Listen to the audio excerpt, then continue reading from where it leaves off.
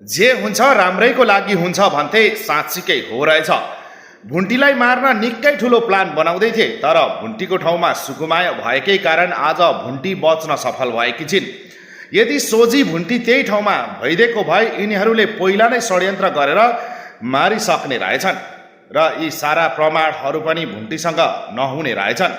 धन्न भुन्टीको रूप धारण गरेर सुकुमाया त्यो ठाउँसम्म पुग्दा भुन्टीको श्रीमान अर्थात् भूपेन्द्रको नियतको बारेमा उसले सारा पत्ता लगाइन्।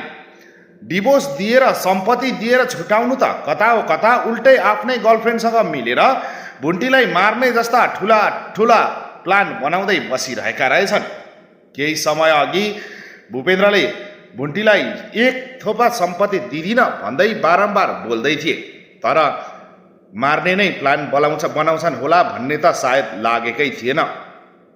र भूपेन्द्रलाई अझै पनि के थिएन भने आफ्नी श्रीमती भुन्टीले अत्यन्तै धेरै माया गर्छिन् र प्रहरी बोलाएर मलाई चौकी पठाउँदिनन् भन्ने पूर्ण विश्वास थियो। तर सबै कुराबाट हार खाइसकेकी भुन्टी म्याडमको घरमा आनन्द काम गर्दै पढिरहेकी छिन् मास्टरसँग।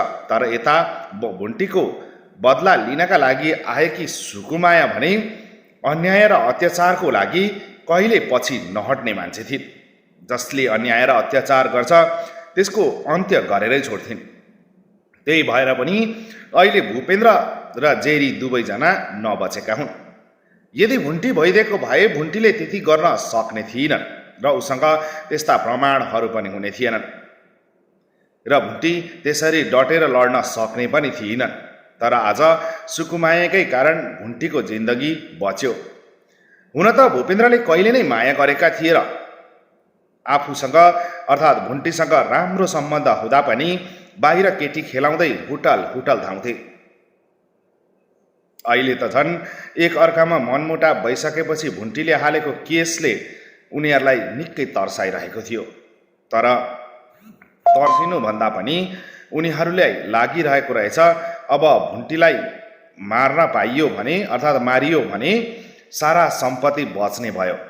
तर भुन्टी मारिसकेपछि उनीहरू पनि जन्म कैदको लागि जेल जान्छौँ भन्ने कुरा किन सोचिरहेका थिएनन्?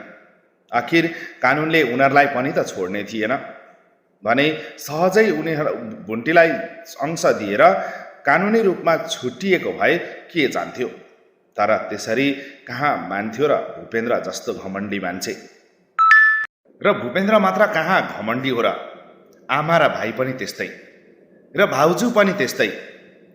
बहिनीको त झन् कुरै नगरौँ, भूमिका जत्तिको घमण्डी र आफूलाई मै हुँ भन्ने त झन् अरू कोही छैन। धन्न बाह्र दाइले भने भुन्टीको सपोर्ट सधैँ गरिरहे। माछा हेर्नु त आकाशबाट माछा खसेछ।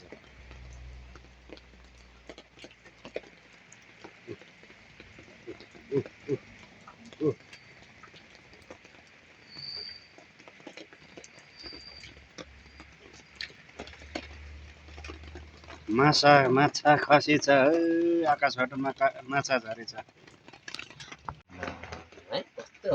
त्यही त म त मरेको के भन्छु, त्यो फेत्रक फेत्रक खेल्दै आउँछ। त्यो कुर्सीको पानी हालिदियो त, लियो त लिजर समाउ त। यो सरफ पानी पखाल्नु त हल्का पखालेको।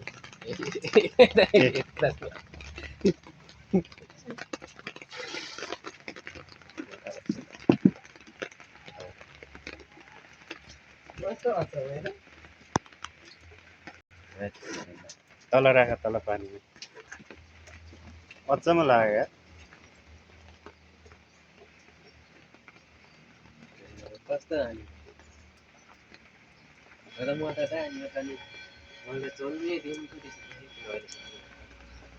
सोह्र साललाई पठा आकाशबाटै माछा झर्न थाल्यो सर।